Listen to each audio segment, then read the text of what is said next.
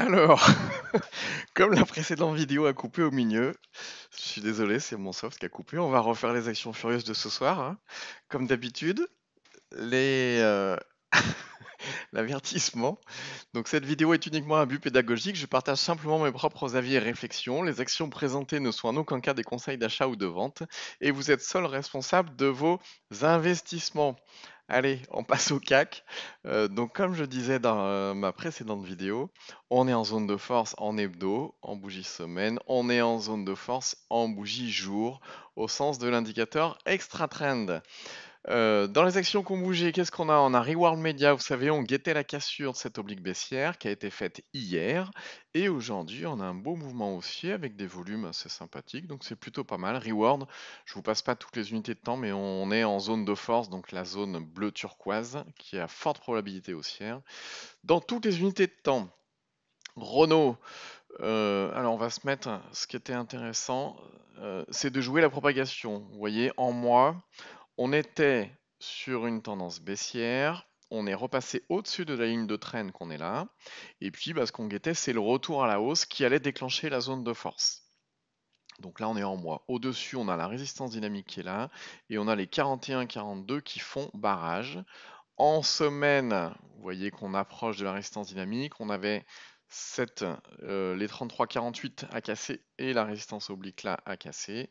Et en semaine, on avait ça. Donc ce qu'on jouait simplement, c'était la cassure de la résistance oblique. Et après, propagation du signal, bah, c'est ce qui est en train de se faire avec la cassure des 33-485, qui après peuvent se propager sur les bougies semaines, casser la résistance dynamique qu'on a là, déclencher la zone de force qu'il y a par la suite, et puis bah, continuer la zone de force qui vient de s'afficher là, du coup, une fois qu'on aura passé la résistance dynamique vers les 41-42.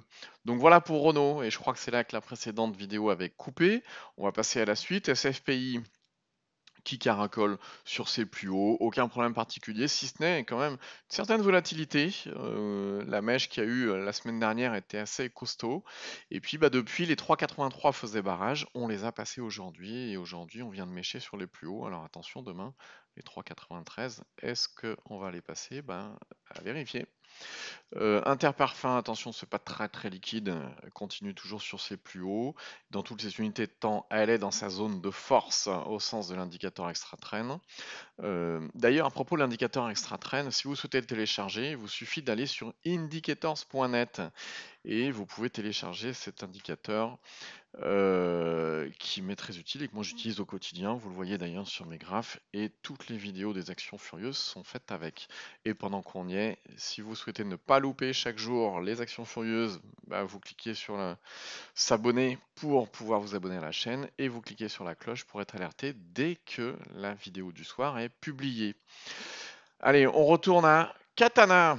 Katana, ce qui était sympa, c'est qu'en bougie semaine, voilà, on avait cette oblique baissière qui était là, bah, qu'on a toujours du mal à casser. Donc ce qui est intéressant, c'est que ça la rend encore plus pertinente. Vous voyez, encore cette semaine, on a méché dessus. Si on vient en bougie jour, on a deux obliques. On a celle-ci qu'on a tenté de casser aujourd'hui, on a méché. On a l'autre derrière. Et on a une troisième, la résistance dynamique, qui va pouvoir libérer le mouvement à la hausse, bah, qui est encore là au-dessus de nos têtes. Donc c'est cette zone-là qui est à surveiller, qui est très intéressante. On a Eutelsat. Eutelsat, si on la regarde en bougie mois, voilà, on avait une grosse oblique baissière depuis très longtemps, la cassure de résistance dynamique pour lancer le mouvement, on a la zone de force qui se met en place, si on se met en semaine, boum, impulsion, cassure de résistance dynamique, et puis la compression, et on essaie de sortir la compression, mais c'est pas violent, violent. Mais en tout cas, on a le mérite d'être au-dessus de la résistance oblique qu'on a là, et on est revenu en pleine zone de force, même en journalier, donc ce qui est intéressant. Fermental, Fermental, si on se met en bougie mois, on a cette grosse poussée, consolidation, et derrière on repart, et du coup Fermental, ce qui était intéressant, c'est de la suivre en bougie semaine, et on avait cette résistance dynamique là, vous voyez, qui était très pertinente. On l'a cassé, ça nous déclenche la zone de force là, on a une belle bougie impulsive, et si on se met en jour, bah voilà, c'est aujourd'hui que ça s'est passé. Airbus, Airbus, ce qui était intéressant, c'était de la regarder en bougie semaine. On avait cette oblique baissière là au-dessus de la tête et on voit que bah, cette semaine, on vient encore de la toucher. Donc ça la rend encore plus pertinente. Donc ce qu'il va falloir guetter, c'est la cassure de cette résistance dynamique là pour pouvoir relancer derrière de la volatilité du mouvement, etc. Si on se met en bougie jour, on a cassé la résistance dynamique là. Et ce qui nous a bloqué, c'est la résistance oblique. Donc maintenant, on attend la cassure de la résistance oblique pour pouvoir bah, soit rentrer ceux qui ne sont pas encore rentrés, soit rempiler pour ceux qui ont déjà une position dessus. Et puis dernière, alors pas franchement avancée, mais je voulais vous la montrer parce que le cas est intéressant. En bougie semaine, on est en zone de force, mais on n'arrive pas à casser les plus hauts. Et en bougie jour, ben, on voit que là, c'est compliqué, hein. Les 10,70 qu'il y a au-dessus, tout le monde a peur et pour l'instant, ça passe pas. Donc, c'est le niveau à surveiller pour pouvoir avoir un mouvement aussi avec une forte amplitude et une forte volatilité peut-être. Donc voilà, DBG toujours à surveiller. Sur ce, je vous souhaite à toutes et tous une bonne soirée. J'espère que la vidéo ne va pas couper. Et à bientôt!